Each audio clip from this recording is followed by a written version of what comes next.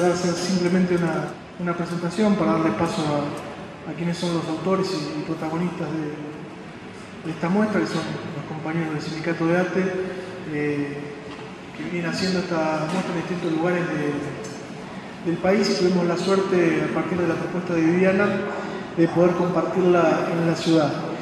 ¿Por qué para nosotros es importante hacerla o compartir la muestra desde el municipio? Bueno, en primer lugar, porque nos parece interesantísimo que los trabajadores de salud y los trabajadores en general recuperen el discurso de Carrillo y lo recuperen en su integralidad en un momento de la historia donde se abren algunas puertas en muchísimas áreas de la política, pero tal vez en la salud todavía siga siendo difícil discutir algunas cuestiones. Así que bienvenido por eso. Es un placer tenerlo al compañero Godoy, que viene trabajando hace muchos años por la salud. Yo lo conocía por referencia y por haber estado en alguna actividad cuando era más joven, yo, más chiquitito. Pero bueno, me tocó escuchar y ver muchas de las cosas que vienen haciendo hace muchos años. Realmente un placer, con Viviana siempre la tenemos acá y trabajamos, así que también darle la bienvenida a ellos y a todos los compañeros que han organizado la muestra, que están por acá y que la verdad que de lo que hemos visto está muy pero muy bien realizado. Así que bienvenidos y les cedo la palabra.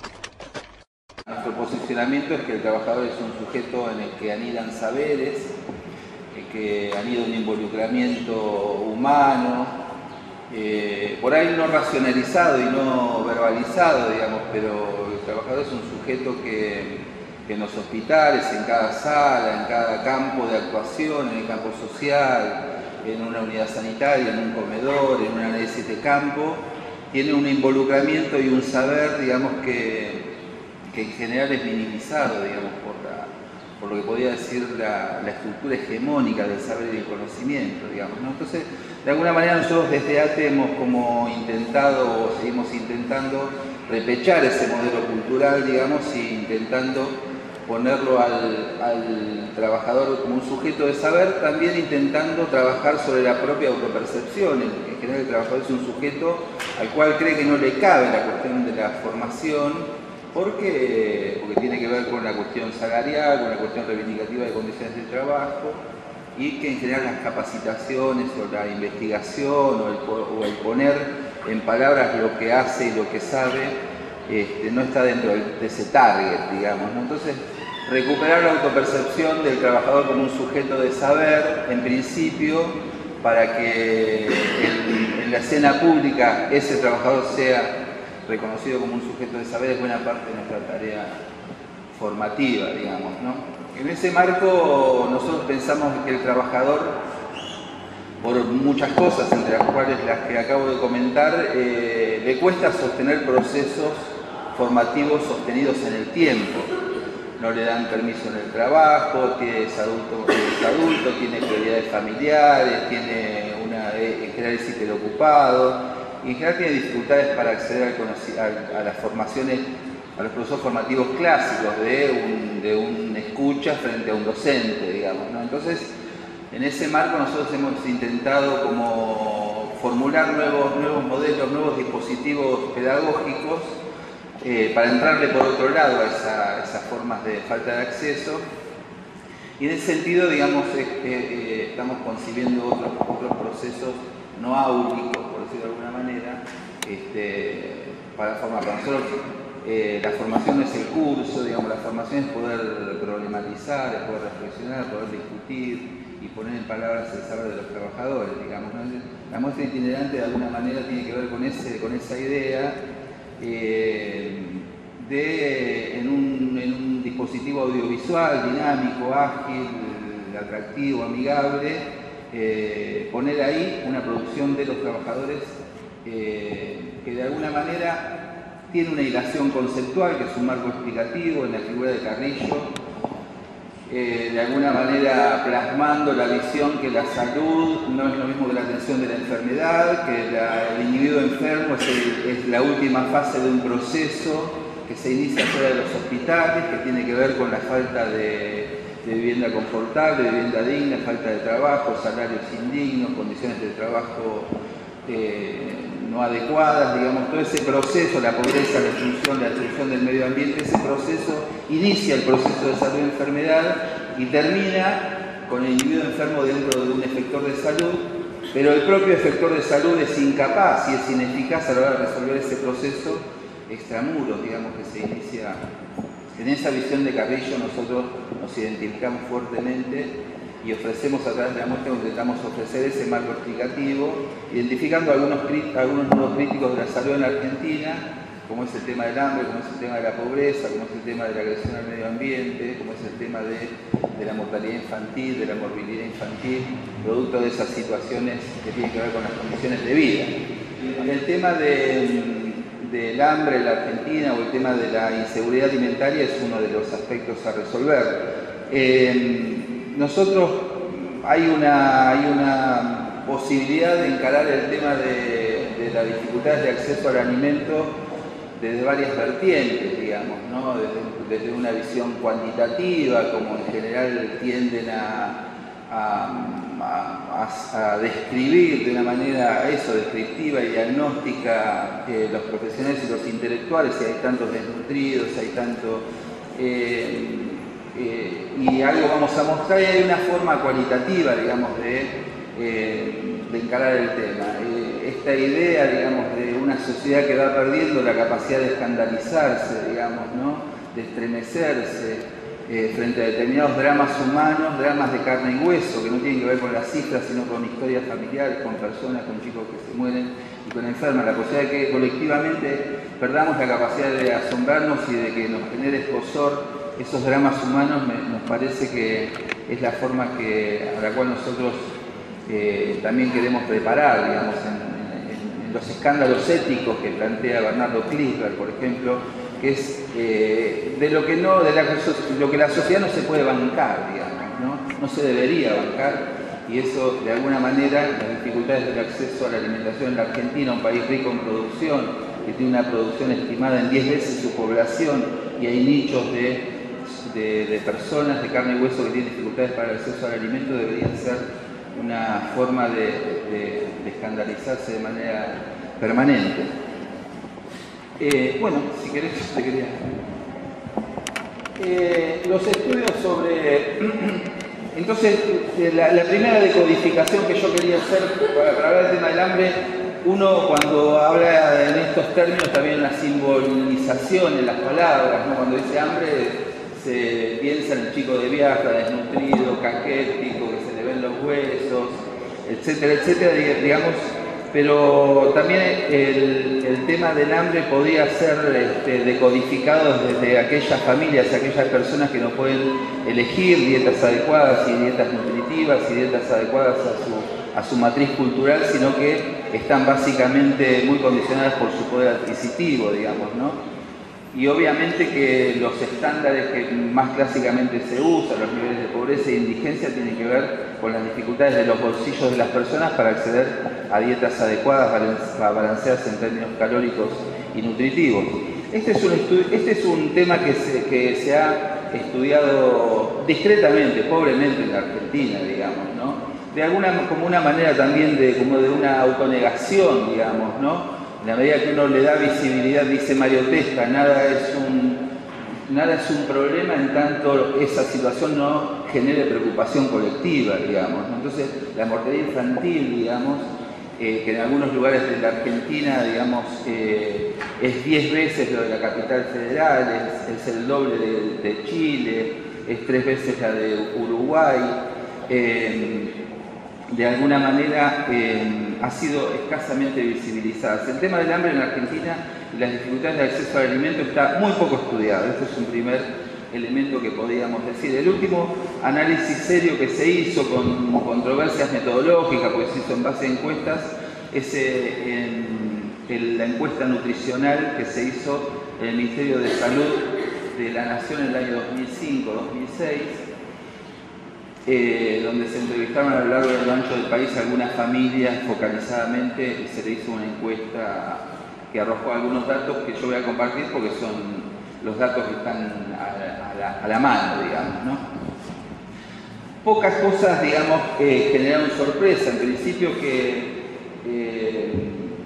las formas graves, digamos, de la desnutrición, como son la emaciación, que se llama, que es el chico agudamente desnutrido, es de escaso volumen en la Argentina, es de apenas esos valores que están ahí presentados. Que la obesidad es una nueva forma de malnutrición, digamos, que antropométricamente se manifiesta con un individuo que en el peso y en la talla está bien, pero que en su composición orgánica está mal, digamos, ¿no? Esa es como la nueva forma de malnutrición, digamos, que en la Argentina y en muchos países de la mano de la comida no saludable empieza a aparecer, una forma nueva, digamos. Y que el acortamiento como una manifestación de una subnutrición crónica, esto es, individuos que comen menos de lo que deben, llenan la panza, pero a lo largo del tiempo el cuerpo le va pasando factura y tienen un crecimiento no acorde a su edad, por ejemplo, esto que se llama acortamiento, están esas cifras.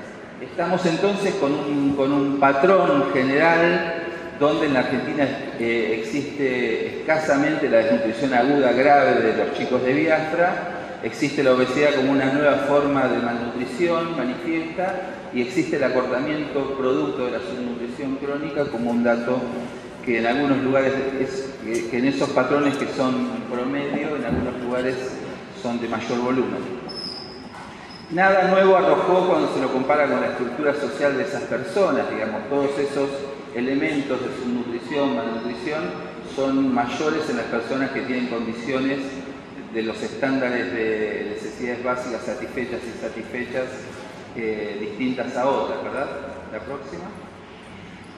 Cuando uno puede y debe ejercer un desagregado de los promedios, ¿no? Porque los promedios se esconden, si podíamos decir que el promedio de altura de las personas que estamos acá es de 1,70, o lo oculta Iván, por ejemplo, que mide 1,62, o lo oculta Pablo, que mide más, digamos, ¿no? Los promedios ocultan los extremos, digamos, y esto es un truco de las estadísticas y es un falseo de las estadísticas. Hay una forma de desagregado que aparece en la encuesta nutricional, que es el desagregado por zonas, y ahí tampoco arroja ninguna sorpresa. El NEA y el NOA en la Argentina esconden los bolsones de pobreza y los bolsones de subnutrición y desnutrición más importantes cuantitativamente en la Argentina.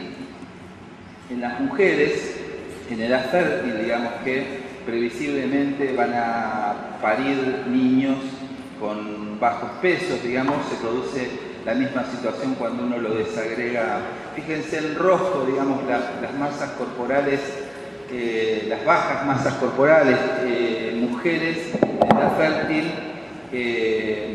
que ya vienen con dificultades, con bajo peso y que seguramente producto de esos embarazos van a nacer chicos de bajo peso, digamos, en los lugares del NEA de manera muy importante, digamos, ¿no? ¿Otra? Después hay otra forma de analizar la desnutrición y la subnutrición, que es el análisis químico, digamos, ¿no? Cuando hay una persona que tiene una composición antropométrica determinada, pero uno podría analizar si desde el punto de vista de su composición química, sus nutrientes, está adecuado, digamos, a sus necesidades. Uno de los medidores, el sentido es la anemia, digamos, producto de la falta de hierro, básicamente aportado por los alimentos como es la carne, el huevo, etcétera, digamos, ¿no? Las tasas de anemia en chicos post-lactancia son marcadamente importantes, 1 de cada 5, digamos, en algunos lugares del país, como es el caso del NEA. Ahí se ve también 1 de cada 2 en el NEA, 1 de cada 3 en el NOA, pero digamos como una forma de graficar subnutriciones relacionadas con el acceso a elementos importantes de la dieta. Esta es otra medición que se hizo Seguimos en el plano de la descripción, digamos, ¿no? Como una fotografía, una forma de medir una situación que pasa en un ámbito determinado. En este caso, el tema nutricional en la Argentina. Este es otro análisis que se hizo más adelante por gente de menor dimensión en la Argentina, por un grupo de estudiantes y profesionales de la Universidad de La Plata. Se hizo en el año, ya en los 2008 aproximadamente, de menor cuantía, se hizo en esas 6 provincias, la próxima, y los datos son más o menos similares. Esto de la anterior es de nutrición global, se ven los extremos en el norte, el otro extremo en el sur, con menos diagnóstico de problemas nutricionales, y en el conurbano bonaerense de manera importante. La próxima, la relación entre obesidad, nueva forma de malnutrición y la desnutrición clásica, distintas formas de confrontar esas categorías entre las puntas de las mediciones. La próxima. Entonces, esta es como una manera, digamos, ¿no? de decir, bueno, la situación es esta, digamos, pero el planteo, digamos, es el por qué la situación es esta. Y esto es por ahí lo más importante a la hora de poder problematizar una situación con la intención y la posibilidad de resolverla o de abordarla. Porque la ciencia clásica tiene una tendencia a describir un fenómeno, pero a no ahondar en sus causas, y en realidad termina siendo estéril en sí misma. Digamos, si yo no puedo analizar por qué se producen tantos accidentes de tránsito a determinada hora en una esquina de Bahía Blanca, nunca voy a poder resolver esa tasa de accidentes en esa esquina de Bahía Blanca. Tendré que analizar sus causas, digamos, ¿no? Y esta es otra variante, otra posibilidad, otra vertiente de analizar por qué el problema nutricional en la Argentina. Si decimos que faltan alimentos, esta es una vertiente de la economía liberal, hay que producir más para mayor consumo, la teoría del derrame. Y el concepto de seguridad alimentaria se refiere a eso, a las posibilidades de las familias de que les alcance su dinero para comer adecuadamente. El concepto de soberanía alimentaria es qué se come, de dónde, y las características, digamos, de soberanía nacional respecto de los productos que se producen, precisamente. La Argentina es un país que no tiene nada de esas cuestiones. Tiene mucha hiperproducción de alimentos, tiene hiperrentabilidad en sus tierras, tiene una tasa de densidad poblacional bastante adecuada, digamos. Ninguna de esas situaciones están presentes. Entonces, digamos, podíamos como empezar a preguntarnos por qué se produce lo que se produce que vimos en las diapositivas anteriores. El fenómeno del acceso al alimento es un fenómeno mundial, digamos, ¿no?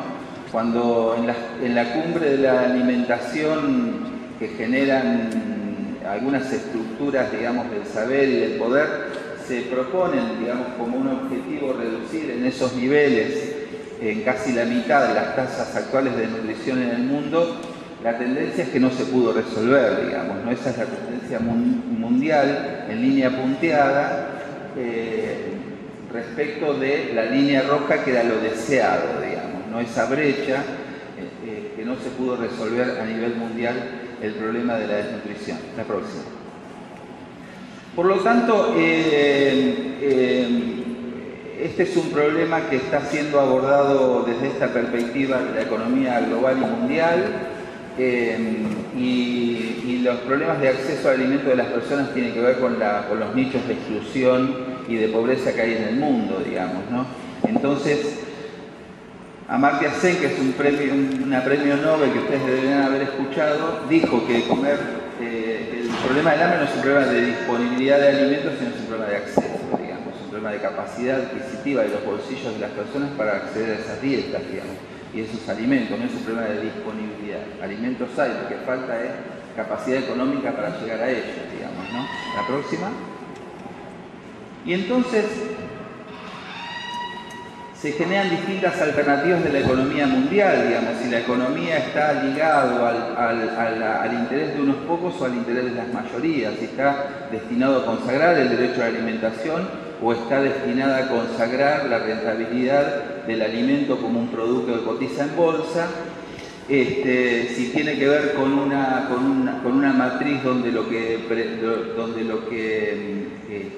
se prioriza es la conformación de monopolios, de economías transnacionales, o lo que se prioriza son los pequeños productores, las economías familiares, como que da la posibilidad de encontrar dos modelos alternativos que puedan resolver o abordar el tema de la falta del acceso al alimento.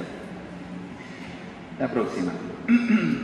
Si de temas de acceso a la canasta básica hablamos, el gran tema en la Argentina es la disparidad de mediciones que hay respecto a la capacidad adquisitiva de los argentinos, digamos, ¿no?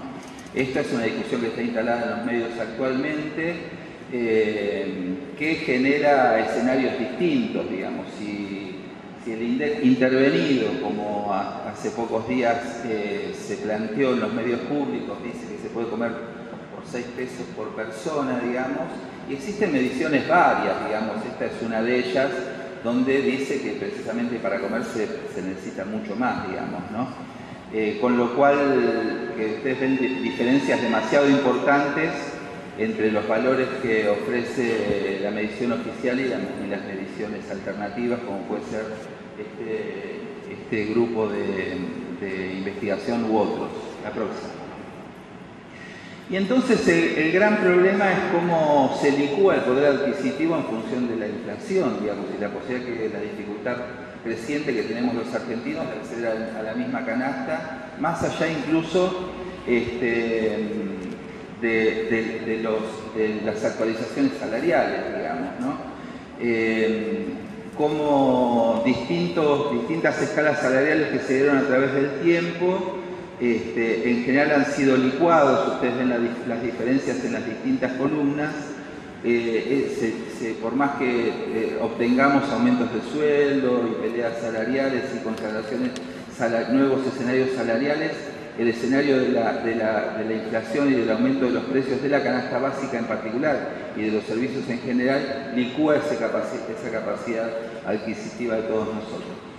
Esto es, por ejemplo, la licuación que se puede producir en el salario de los jubilados, digamos, cuando uno mide un colectivo salarial, como es el caso de los jubilados, y en la escala salarial que se produjo en los últimos tiempos y la que está proyectada en función de la ley de actualización salarial de los jubilados, es cómo se va licuando el poder adquisitivo. Si tomamos como punta noviembre del 2011, la diferencia era de la mitad del haber respecto del gasto para una canasta básica, y que más allá de las actualizaciones esa distancia se mantiene.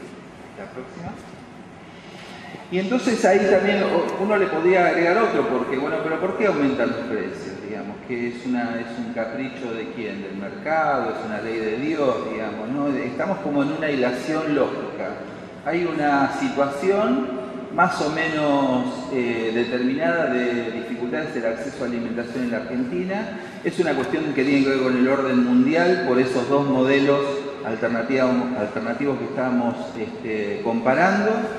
Es una situación que tiene que ver básicamente con el poder adquisitivo que tenemos todos, y es una cosa que tiene que ver con el aumento en los precios de la canasta básica. Este es el orden lógico que en estas 15 diapositivas fuimos marcando, ¿no? La pregunta que viene ahora es por qué aumentan los precios, digamos, ¿no? Como para encontrarle nuevas razones a la situación que vamos abordando.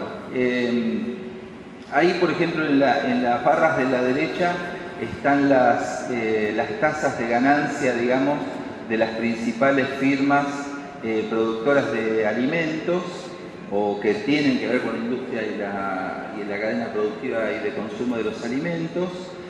Y eso es una medición que se hizo en 5 años de la tasa de ganancia de esas empresas, digamos, en el marco de la especulación financiera. Son empresas dedicadas o vinculadas con la cadena de producción y de consumo de los alimentos que tienen básicamente una expectativa de rentabilidad marcada y que pueden incidir en el mercado para el aumento de precios. Este es un dato, digamos, de la política que tiene que ver con el modelo y que incide en la mesa familiar. Es la posibilidad de atar lo más estructural, digamos, del modelo político o de la situación política con lo más micro que puede ser la mesa de cada uno de nosotros en nuestras casas. La próxima. De las principales 30 empresas en la Argentina que tienen mayor tasa de ganancia, producto de su comercialización, la mitad de ellas tiene que ver con el tema de la alimentación. Una de cada dos de las 30 empresas que más facturan y mayor tasa de ganancia tienen en la Argentina están relacionados con el rubro aceitero y el rubro cerealero en comparación con otros rubros de la producción en la Argentina. La próxima. Entonces son empresas que tienen una alta tasa de ganancia, que están configuradas para eso, para ganar plata, digamos.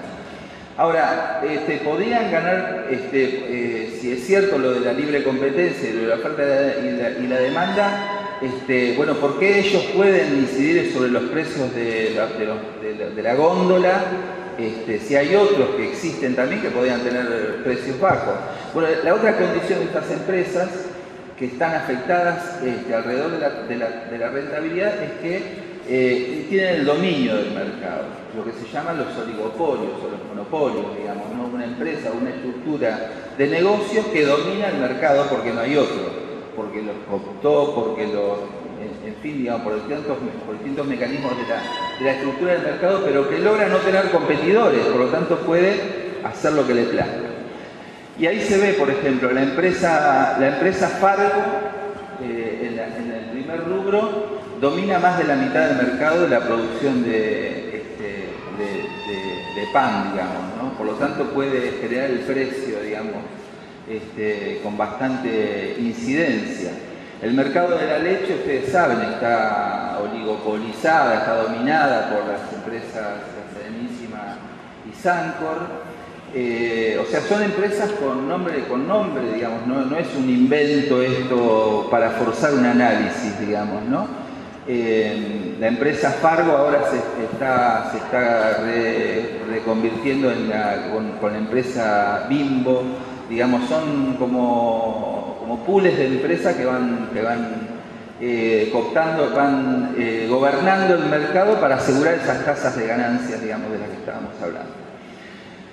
De las galletitas, la firma Kraft, digamos, y otras empresas, los frigoríficos, digamos, los 4 frigoríficos que gobiernan el mercado de carnes en Argentina, o los 3 supermercados más importantes que gobiernan casi la totalidad del mercado de las góndolas en Argentina.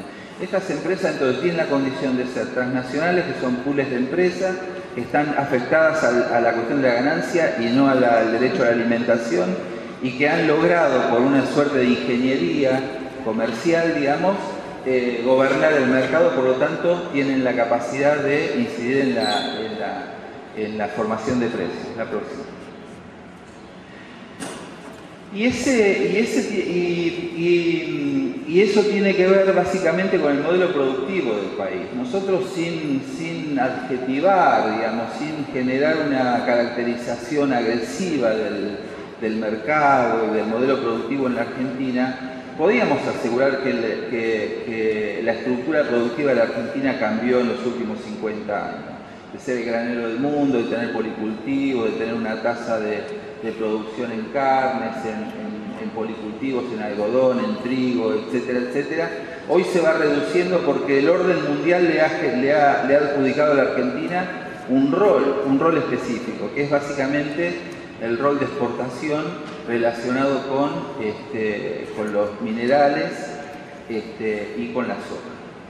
Y con lo que se llaman los commodities, digamos, que es toda la estructura, digamos, vinculada a la soja. Esta es la radiografía del modelo de monocultivo en la Argentina, digamos, ¿no?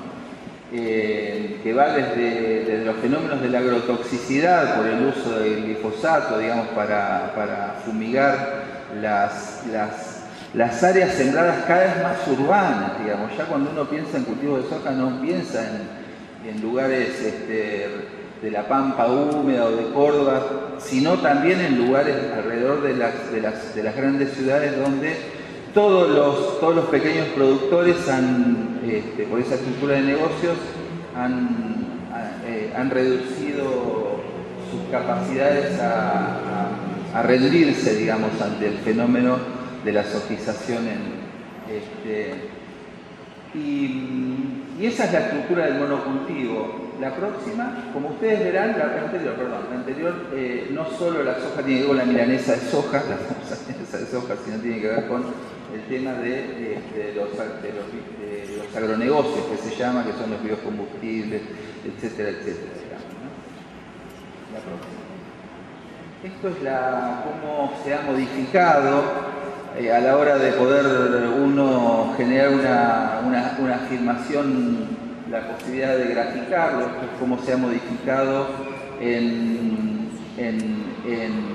superficie de tierra cultivada del policultivo al monocultivo, la extensión creciente de cuando se siembra más soja es porque se suplantan los otros cultivos originarios de esos lugares, ¿no? Ya no se siembran en esos lugares lo que se sembraba antes, sino que se siembra soja. La próxima. Esto es de la misma manera la creciente superficie desmedida, digamos, en soja en esos 10 años de medición, en desmedro de otros dos cultivos. La próxima. Otra medición en hectáreas, del 70 al 2007, 30 años, 40 años. La próxima. La próxima. Y esto es la radiografía actual del mapa de la siembra de soja en la Argentina. Como ustedes verán, ya los clásicos algodonales del Chaco santafesino, o los yerbatales de la Mesopotamia, o la producción ganadera de la Pampa Rica de otrora, ha sido suplantada por este monocultivo. La próxima. Y obviamente que el tema de las dificultades del acceso al alimento, producto de la formación de precios de empresas que dominan el mercado, y el modelo de monocultivo le impone a la escena sanitaria en la Argentina nuevos problemas, como es el tema de la agrotoxicidad, digamos.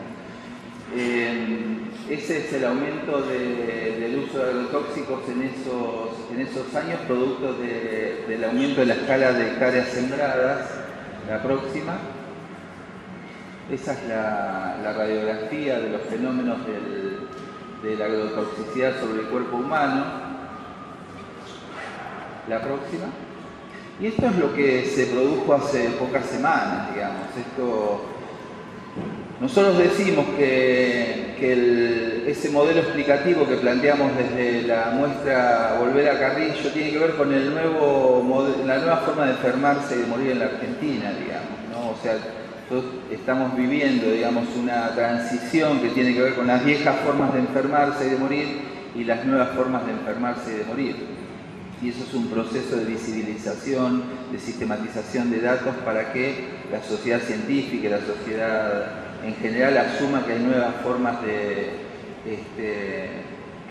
están pasando nuevas cosas, digamos, que el monocultivo, el modelo productivo, no solo genera hambre y exclusión y falta de cuestiones de subnutrición, sino que genera otro tipo de alertas sanitarias. Esto es lo que pasó, es el primer caso en la Argentina donde un grupo de madres, conocidas ya públicamente como las madres de Ituzaingó, empezaron a ver un barrio periférico de la Gran Córdoba, empezaron a ver que estaban pasando cosas en sus familias, empezaron a ver que muchos vecinos empezaron a aparecer con pañuelos en la cabeza, que estaban recibiendo tratamiento quimioterápico, que empezaban a ver chicos que escuchaban que alguna vecina había tenido un problema con el parto de su chico porque había nacido con un problema. Empezaron a ver a oler y a escuchar y a ver cosas raras ahí, y se decidieron como empezar a preguntar y empezar a anotar y a sistematizar, después a sistematizar una serie de elementos, que eso es uno de los productos, en una zona muy influenciada por el cultivo de la soja y por la aerofumigación, que se conoció como el caso de las madres de Ituzaingó. Fueron la propia comunidad, digamos, que hizo como una alerta primero, una sistematización después y una comprobación posterior de que había un nuevo factor que estaba influyendo sobre la salud de ellos y de sus hijos, y que esos puntos de distintos colores tienen que ver con distintos problemas que después se los pudo como vincular a todos con el tema de la agrotoxicidad. Muertes por cáncer, casos de partos que no llegaban a término, malformaciones congénitas. Este es un fenómeno que tuvo como corolario el primer juicio en Latinoamérica a la producción de soja y a la aerofumigación. Fue un caso que nuestros compañeros pudieron ir a entrevistarlos en la ciudad de Córdoba. Fue el primer juicio formal, digamos, que se le hizo que más allá de las personas de carne y hueso, el fumigador, el dueño de la compañía, en general simbólicamente tiene que ver con el juicio de un modelo, que es el nuevo modelo de avasallamiento impune, digamos, de los ecosistemas en la Argentina, digamos, ¿no? Seguramente esto va a empezar a pasar de manera sostenida en otros ámbitos de tierra sembrada por soja, y va a empezar a pasar con los fenómenos sociosanitarios que está empezando a tener el extractivismo también salvaje de nuestros metales y nuestros minerales en la cordillera, ¿no? Pero esto es un caso que simbólicamente trae un montón de lecciones, porque también tiene que ver con la posibilidad de apropiarse del derecho a la salud de las personas, digamos, ¿no? Este es un tema que fue invisibilizado normativamente por las administraciones provinciales, nacionales, municipales, incluso por las propias sociedades científicas, digamos. Ninguno quería, porque el poder, digamos, este poder económico es tan fuerte, digamos, que todos tienden a invisibilizar, a callar, digamos, y fueron los propios vecinos, digamos, estas madres, las que pudieron sortear ese escollo y llegar al juicio el cual se dio condena también hace pocos días.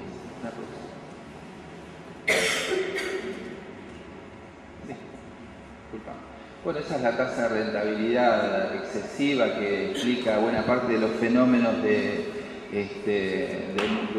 agonía y muerte de las pequeñas producciones, digamos, ¿no? La tasa de rentabilidad de los cultivos, la próxima. Y el otro fenómeno que aparece es el fenómeno de la extranjerización, digamos. Entonces aparecía un fenómeno relacionado con los oligopolios, o sea, con las empresas que dominan los mercados, que tiene que ver con el modelo productivo en la Argentina, otra secuencia lógica que vamos planteando.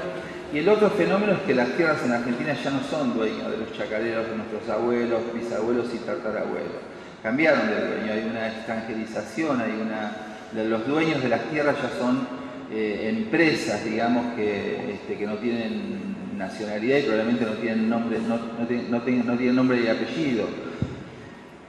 La ley de soberanía sobre las tierras en la Argentina que aprobó el Parlamento argentino en este año llega sobre una realidad donde ya se vendió buena parte de la tierra, una extensión similar a lo que es la provincia de Buenos Aires, alrededor del 30% de la superficie de la Argentina tiene propiedad extranjera, digamos.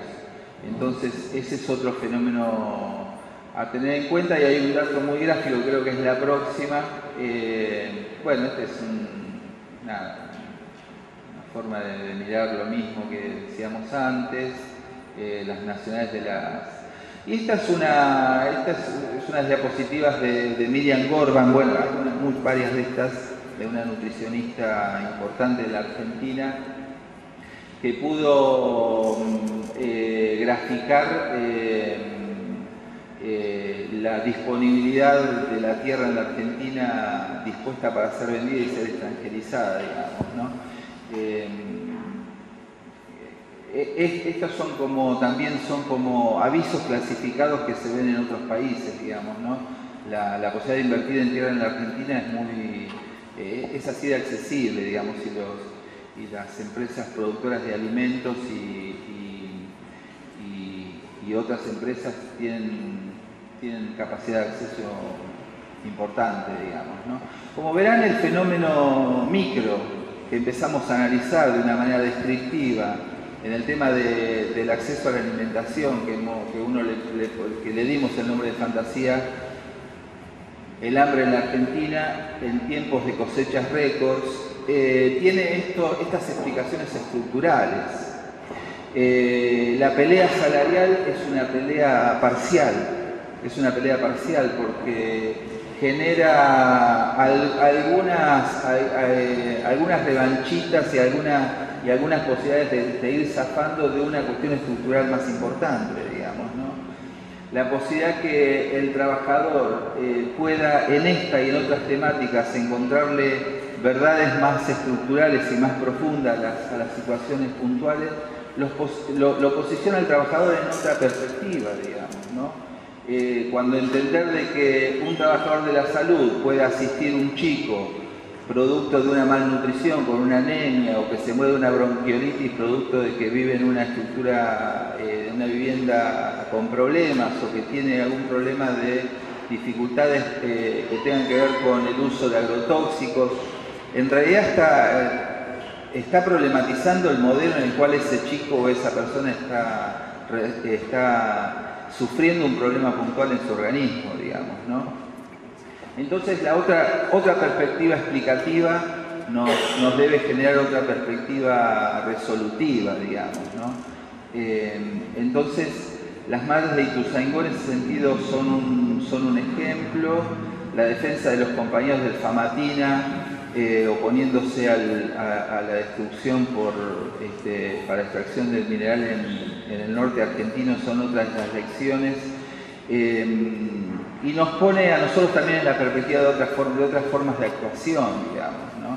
La pelea salarial es una forma clásica del modelo sindical en la Argentina, pero la posibilidad, digamos, que de una organización de trabajadores se pueda poner en perspectiva estas cuestiones más estructurales que tienen que ver con el pensamiento mismo de Carrillo cuando decía que las bacterias son pobres causas de enfermedad, digamos, ¿no? Estos son como ejemplos del pensamiento de Carrillo y la filosofía de Carrillo, que tiene que ver con la filosofía del hombre viviendo en una determinada estructura productiva, salarial, social, etc., y que tiene problemas en tanto esa estructura lo influya buena o malamente, digamos, ¿no? Me parece que ya...